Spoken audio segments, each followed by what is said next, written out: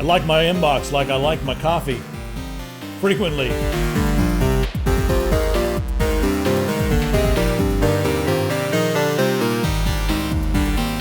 we have some lost episodes of the inbox? I think we also got a lost episode of the tech, too. A lost episode of the tech? Yes. Some things have just slipped through the cracks when it was just like... when I was doing all the editing by myself. Yeah, some things slipped through the cracks. Because it would get to like hour 14 and I would be like, am I going to sleep? Am I going to continue editing? Or am I going to play a video game? And video game usually won that argument because I need to do my research so that I can stay up on all the news, you know? See? It's research. Welcome to being an entrepreneur. Or as Jim Varney would say, an entrepreneur. Yeah. First question is from Evil E with two sideways, really long pyramids. No, those are not pyramids; they're just triangles. But I'm going to pretend they're pyramids because Evil E, I believe that is a. We can go totally. Never mind. Let's answer the question, and we'll go like conspiracy theory later in another video where I'm joined by a bunch of experts on things that they think they may have seen. All right, so here's his question. He just says, here's the question for the TS crew regarding the tech videos. Do you guys think that it is possible to put the camera inserts of Logan and Wendell on the right-hand side and increase their size a bit and move the web browser content video a little to the left so that the web content isn't blocked by the two cam inserts? If it's possible, it would be better with the rest of the things. Okay, I see what he wants there. It would make our cameras bigger because right now we are on the left and right and the bottom. And I think this is what you want right here. Is this what you want right there? How's that? Yeah, you like that? Isn't that neat? What do you think? I'm so tiny. Well, we made it bigger now. Now we're like they're tiny before. Well, not tinier, bigger. So let us know what you guys think of this as a format. I guess we'd need to see it on some other websites just to see exactly how it looks. But yeah, we'll play around with this and see what happens. All right, moving right along to the next question in our new format. Where is the next question? There it is. It's from Ooga Booga. Well, we should have answered this on yesterday. It's Halloween. Yeah, is that name isn't that God of Halloween or something? I don't know. Logan, what Android camera software do you use? I've heard you speak of it several times on the tech, and I want to try it out. All right, so I use Camera FV5, and I also like Cinema FV5. Both made by the same guy, and this guy is very helpful, makes updates all the time with new stuffs, so it's really interesting. Now, I like this one because you can take full control of your camera in ways that a lot of softwares do not allow you to do. Some softwares allow you to do this, but their interface is more bubbly and not as easy to use. I found this one to be very easy to use, and you get pretty much full manual control over everything that your camera will allow you to have full control over. The one downside is that it doesn't have full support for all the features of all the cameras. And the only way you can really get full features, full support for the features that are just for your camera, usually are with, a special app that's made by whoever made your phone or your camera. Like with the OnePlus One, if you want to shoot in true RAW, you have to use their software, and if you want to shoot in 4K, you have to use their software.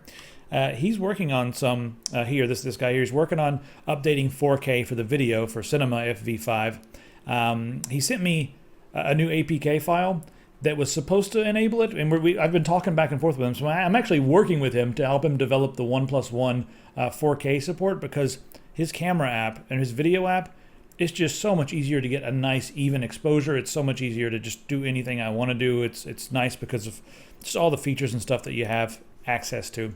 In the future, though, it's going to be a lot more standardized. Android L and 5.0 or whatever is Android L. This is L 5.0. I believe it's just L and Android 5 or whatever. It's going to have RAW support built in, so that's going to be really awesome for a lot of different devices out there, as long as the hardware can support it. But most will. So yeah, but that's the one I use. All right. Next question also, here. DSLR controller. If you got Canon with the Canon 7D, the Nexus 7 with a USB cable. You do the target device mode thing. You can plug a USB cable from the Nexus 7 into the Canon, and DSLR controller will let you do all sorts of cool stuff like that with a Canon. Canon's not 4K, it's an older camera, but it's a DSLR, and you can control it from Android, and that works really well too. Lots of different options. All right, let's go ahead and take a look at the next question from 1832 Vin. Wendell, What is that of your holding? What is that of your holding? What is that of your holding? What is that of your holding? All right. I'm a person who rewatches stuff, and on about the 7th time today. That's why your typing is all funky.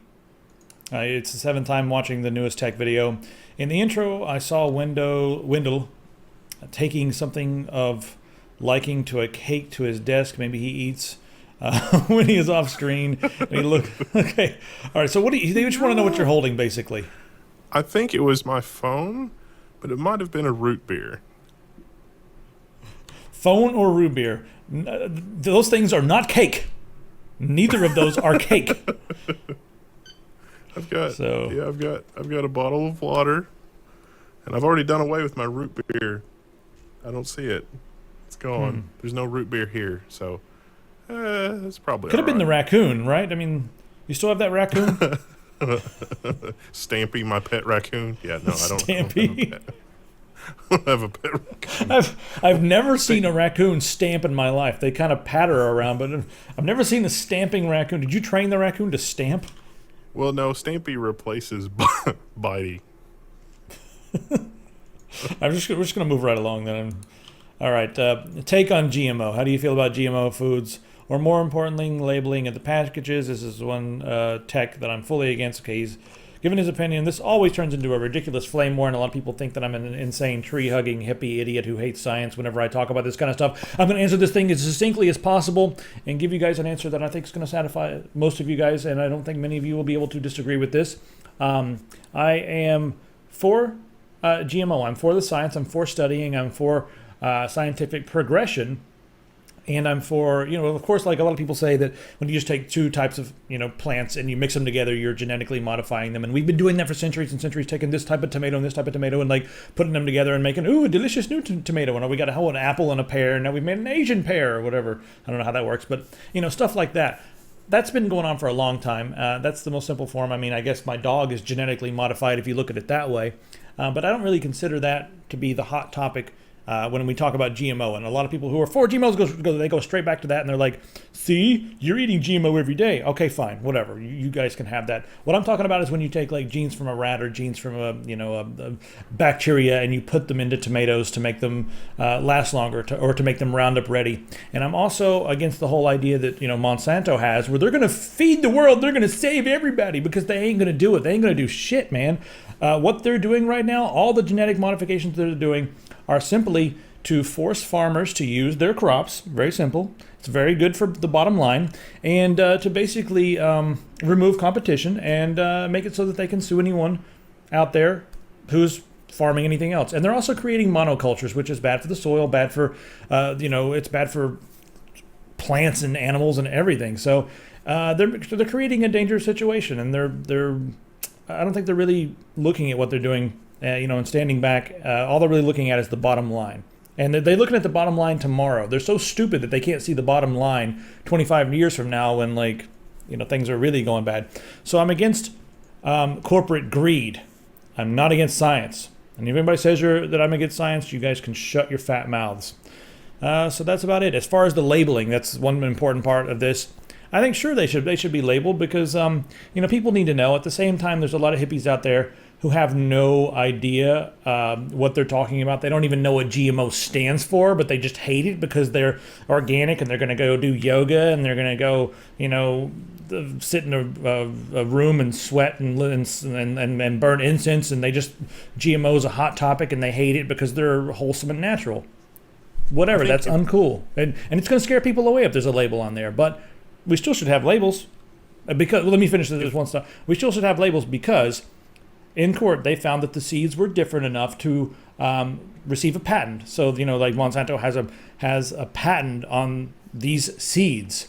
But at the same time, the crops that they produce are not different enough to warrant a label? What the fuck? No. All right, go ahead.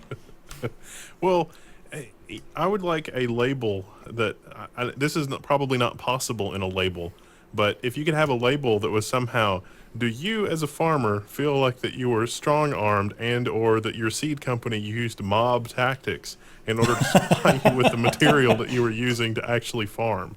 If you could have a label that's like that, where it's like, yes, give this farmer more money, or by buying this one, I'm shaming Monsanto. That would be great. I could totally do that. But I mean, the reality is that depending on what your definition of genetically modified is, just about everything you eat is genetically modified, and even things like you get into the whole high fructose corn syrup. But high fructose corn syrup is a really interesting argument because, well, what do you use? What are you using high fructose corn syrup instead of? Well, sucrose. Well, sucrose is a polysaccharide which consists of glucose and fructose. And so high fructose corn syrup is about 55% fructose and like 42% sucrose, something like that. And it's already broken down. And so it's really odd because your stomach lining can absorb monosaccharides directly into the bloodstream, which is why when you eat an apple, you get, pretty much an instant boost because apples pretty much contain monosaccharides. But the stomach acid starts to break down the polysaccharides, and so you're still going to get some absorbed through the stomach lining. But when you have high fructose corn syrup, it's all broken down. So theoretically, you could absorb that directly into the bloodstream, and not as much passes through to to your gut. And so things like that can mess with it, and the percentages are a little bit out of whack. But I don't know enough about it. I don't know that there has been enough honest science done around it to really determine. And it's such a minor difference that it's really hard to know. This kind of thing, there's the TV series Cosmos. Neil deGrasse Tyson has like a 1 hour recap of what happened in the 1960s with leaded gasoline. So this guy discovered that leaded gasoline was really horrible, and the industry created all this subterfuge to be like, leaded gasoline is fine. It's as natural as a sunny day. And that's what's going on right now with some of the genetically manipulated food and things like Monsanto is doing, and some of the stuff. And so it's hard to separate, is this gluten-free? Is this does gluten even matter? And there's not enough honest science being done to where we can really get a handle on it. We only get it in the retrospective like we did with leaded gasoline, which is just we can't function as a society when things like that happen. Yeah, and I mean, bottom line is I want to know where to put my money, and I would like to support the farmers that are, farming in organic, non-GMO ways, because I know that my money's not going to be going towards, Monsanto, their abuse of farmers, and their creation of monocultures, their destruction of the monarch butterfly, and the poisoning of the bees. Because I love honey. That's the bottom line of all this stuff. I love honey, and I want bees. And the pesticides are killing the bees, and et cetera, et cetera, et cetera. So some of this stuff also too is like the nitrogen cycle is scary important, and some of these artificially modified foods basically make it to where the nitrogen doesn't have to come from the soil, and that's really that's potentially a not a good situation, because that will affect other things in the soil and make it a difficult situation. Yeah, and a lot of people do quote things like, the soil, or when you're doing GMO, you have a bigger yield, and each plant can they'll have more ears of corn or whatever. And a lot of people have been saying they've been using that as a statistic to say that organic farming actually pollutes more because you have the same plot of land and you have to do more work, and you don't get as much food out of it, and so therefore per square foot there's more pollution because the yields aren't as high. But at the same time, you're not looking at the big picture of the fact that the soil is, being destroyed from, a lot of different for a lot of different reasons. And that plot of land is possibly in the, several years not going to be nearly as good and not going to be able to yield as nutritious of source of food. So I'm pretty opinionated on this stuff. So we should probably move on. But again, bottom line, I'm not against science. I want it done responsibly, and I want it done by somebody other than Monsanto, who has a financial interest to screw it all up. So, yeah. Anyway, moving right along here. What's your preferred email service other than Gmail? From Catbat. That's pretty awesome. I like that avatar, too. All right, so the Gmail data mining really irks me, and I would like some suggestions for other email providers, or should I get my own domain? Giving up Google services is so hard. They're so good. Yes, I totally agree with you, and I am totally guilty of this. And I feel bad almost every time I click on the thing. I'm like, man, they're mining my data, and I talk about this, and I preach this stuff, but I don't practice it because Gmail is easy and it's on your Android device, and you have to have a Gmail account. So it's like, what do? Write our own version of Android? Use Firefox OS? I don't know. So it's a bigger question than all that. The main thing here that we're going to answer is just the preferred email service. And I'm thinking that we might need to make a video showing people how to create their own, email service, or create their own Exchange server or whatever. What do you think, Wendell? Google NSA proof your email in 2 hours. There's a step-by-step guide. You can go get the lowest end instance of a Linux machine from Linode. Probably be about $10 a month. Get your own domain name, that kind of thing. That equates to about $1 a month when you subsidize it over a year. So for $11, $12 a month, you can have your own private email with tons of storage. It still uses the Exchange protocol for connectivity, so you've got something a little bit better in terms of connectivity for your mobile devices and for multiple clients and your desktop clients and software and that kind of thing. You can still use POP through your IMAP if you want to, but it's pretty secure. And having that as your own private email system is really good. You've got your own encryption, the message store is encrypted, and you'll learn a little bit at the same time. And so that will very likely appear in a video very soon. Now let me ask you this: since I'm still using Gmail, and I'm like, it's very bad for me because I get so many emails and they get lost and it's a jumble and a mess. And I know I would probably be better using a separate email client that's actually made to do enterprise stuff. Do you still use Outlook, Wendell? Is that like your weapon of choice? Yeah. Outlook is really like for all the commercial email. Outlook works really well. But if you do the NSA proof your email thing, you can use it with Outlook and the Exchange protocols, and that all works fine. But there are some decent webmail clients that you can get now, and you can run that on the box if you choose. There are getting to be some really good email clients for Linux that work really well. Evolution is not bad. It's really pretty good for most people in terms of auto classification rules and that sort of thing.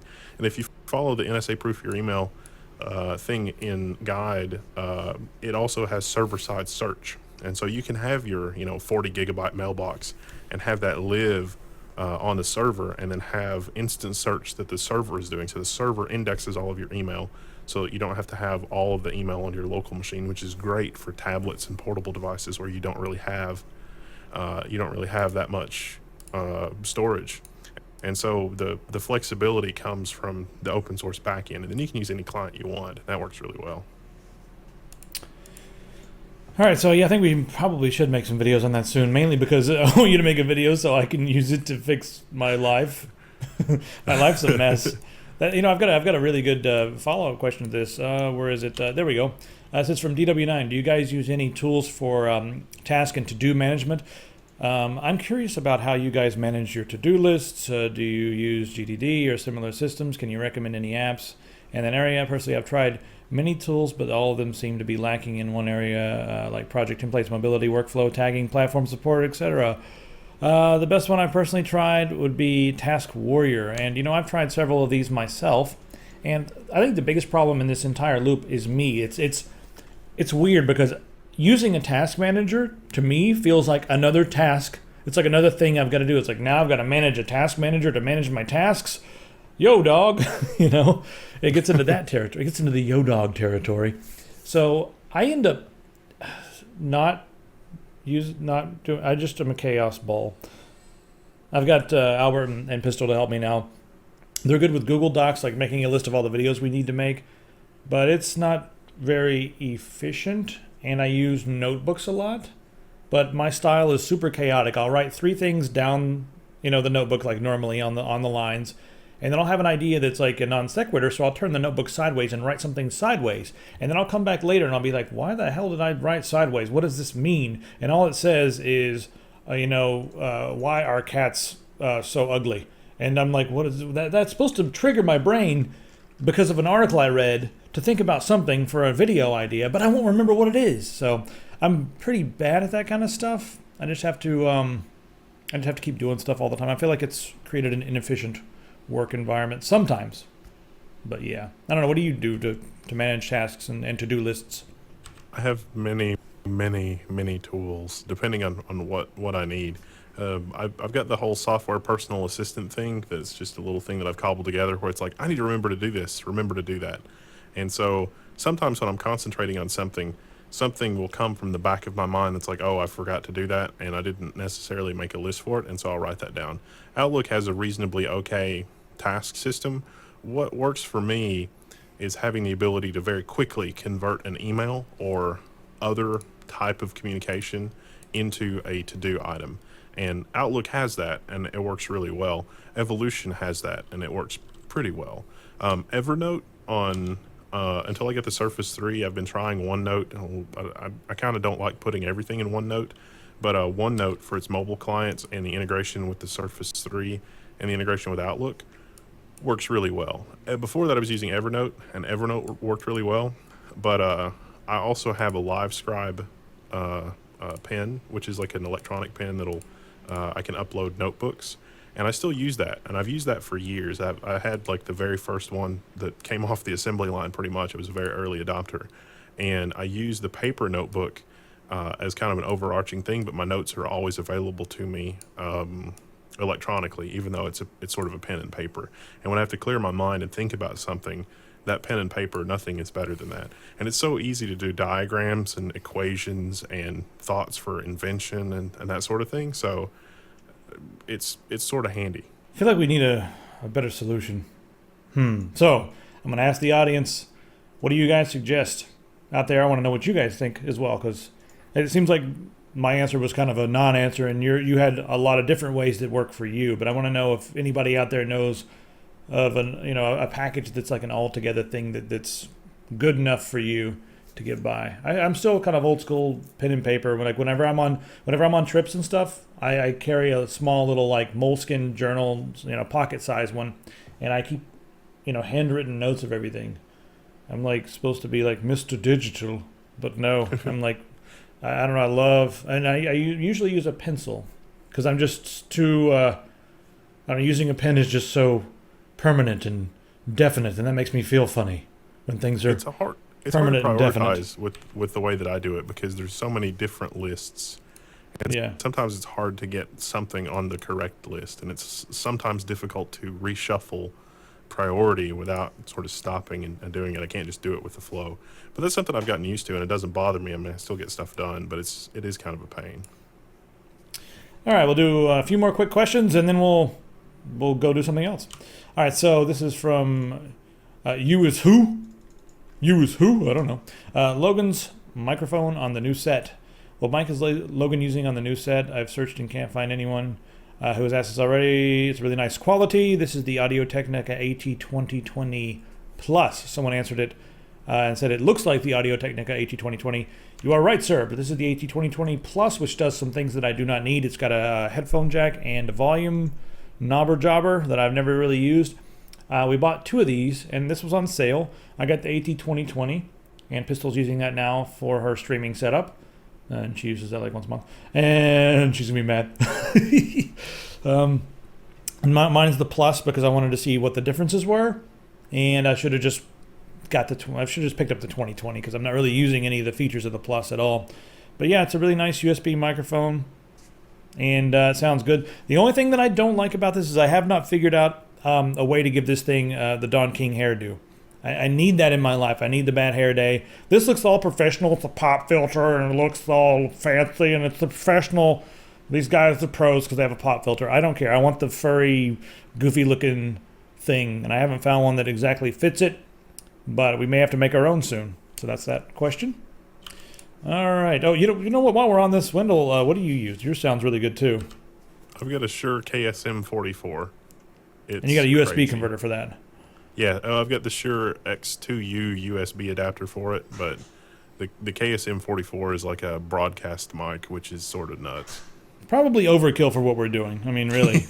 It's Yeah, probably I should overkill. trade it for like 2 or 3 of the other mic. That would probably be a better idea. Get 2 or 3 of these mic. In fact, for a lot of the broadcasting stuff these days, I think the AT2020 sounds pretty damn good. Yeah, Right. I think it picks up a lot of noise too because it's so sensitive. I feel like sometimes if you could turn the gain, like in the vocal booth downstairs with the gain turned up all the way, you can hear my heartbeat, which is nuts. or I'm Oh, going to have a man. heart attack. Either one. Could be handy. The thing I like about this one is right now there's two big windows in this room facing the street, and so we get a lot of street noise. But this one, it picks it up, but it's kind of in the background. It's not too bad. It's not nearly as bad as the Roland R26, which I love that mic. Still my favorite microphone, but it does pick up a lot of background noise. And in this room, I needed a solution like this to make sure that when a truck or a motorcycle goes by, it doesn't really just destroy everything we're doing here. All right, next one. We get this question like once a week.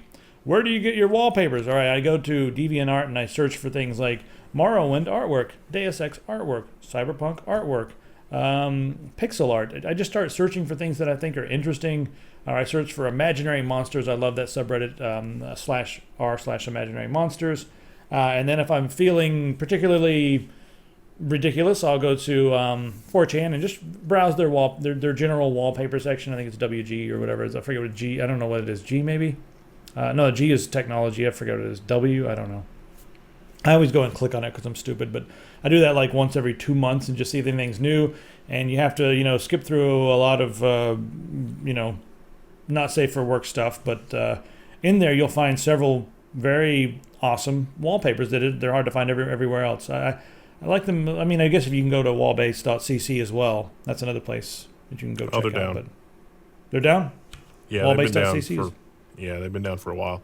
They're going to be replaced by Wallhaven, but somebody supposedly has an offline collection or offline version of that repository, but it's not super online. I mean, Wallhaven is kind of online, but it's like 90%, I don't know, half-naked girls.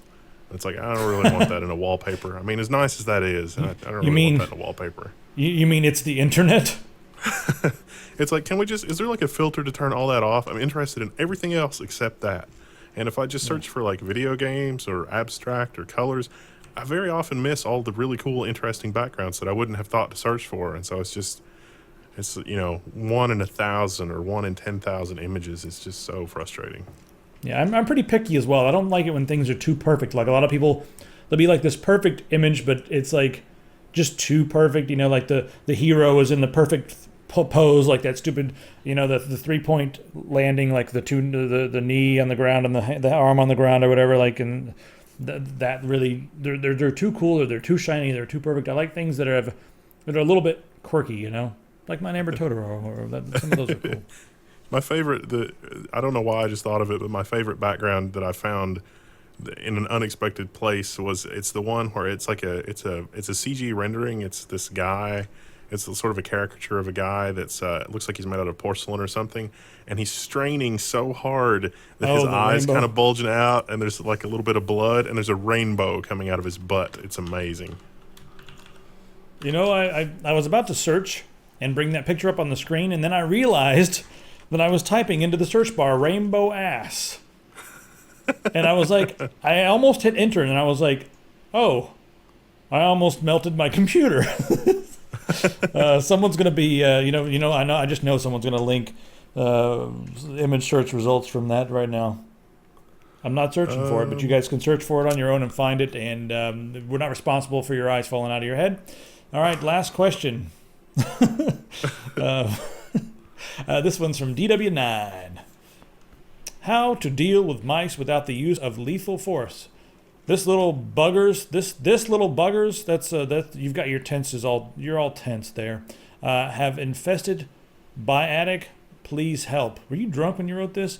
Oh man, you know something? I got in really big trouble one time when I was younger for walking up to somebody and saying, "Hey, look down your shirt and spell attic." Got in big trouble for that. I almost got slapped. They did it too, and then they turned bright red, and I was like 3 years old, and I thought I was being funny because I saw it on television or something. Anyway, what was your question? Something about mice. I got another story for you. You guys have to shut up and sit there. You can't X out of this video. It won't let you. I'm sorry. So you guys are gonna have to sit there and listen to this. We had a mouse problem in Florida, and it was a big rat. And you know what it would do? It would always come and try to get into the toaster. Like, we had one of those slot loading toasters, but it was a nice wide one, big enough for bagels and stuff. And the thing would come in, and you would, if you got up at 3 a.m. to get a glass of water or something, you would hear the toaster rattling.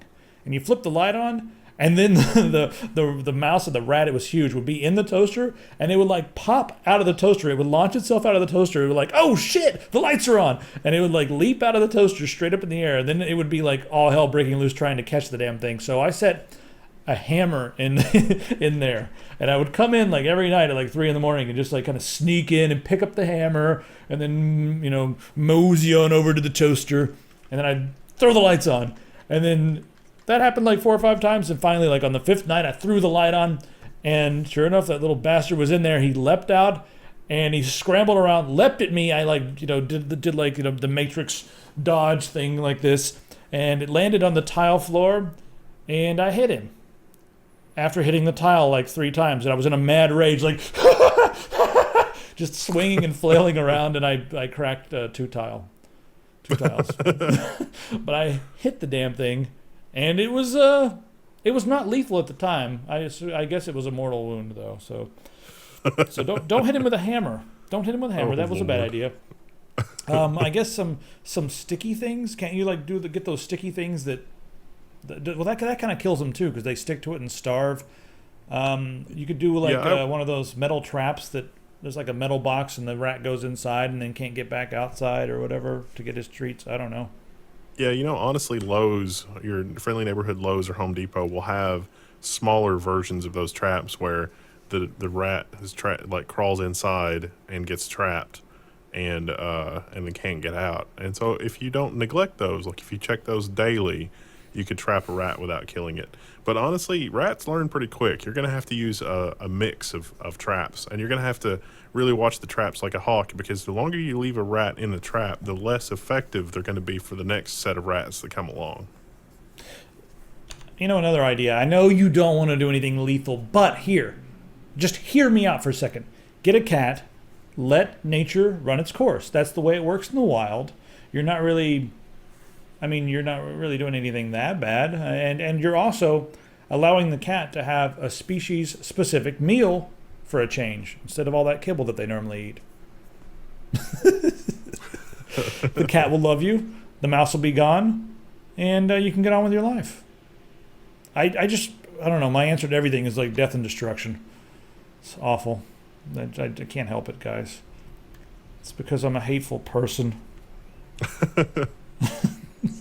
Not really. All right, so that's an episode of the Inbox. Now that we're only doing 1 episode of the Tech per week, we're going to be doing inboxes. That was the big problem there. We just had too many videos and too much nonsense going on. And now that Albert is here, we're going to be able to cover even more stuff. So if you guys want, you can submit questions about digital workflow, Photoshop, Lightroom, the different questions about editing. He's more of a creative workflow person than an actual editor, but cameras, lenses, lighting, mounts, gear, whatever, Albert can jump in and answer questions about that. So yeah, and then of course you guys know that I answer questions about nonsense usually. That's what I'm special. That's my specialty. Yours is the computer science, enterprise grade stuff and everything, and then Kane in particular is pretty much enterprise grade networking. So yeah. And that's what we can cover here. Everything needs to go into the Inbox forum right here. So just take syndicate.com/forum/Inbox.exe. Or you guys can go there, click on forum right here at the top of the page, and go down to the Inbox.exe. I'll do it for you, because some of you guys out there, I know it's difficult. You go down to Inbox.exe right there. And you guys are also welcome to ask Pistol questions. She doesn't do these as often, as far as jumping in the videos, but she might, never know. And those questions can be about whatever. And remember, guys, you have to actually ask good questions. Yeah, they better be good questions. We'll ignore the idiot troll type questions, but yeah. And again, we are here to help fix your marriages. We are here to help with that kind of thing. As long as we can tie it into technology in some way, we'll look at it. So get over there. Thanks a lot for being awesome. Thanks a lot for the tech support. Thanks a lot for whatever else that I didn't thank you for yet. We'll see you next time.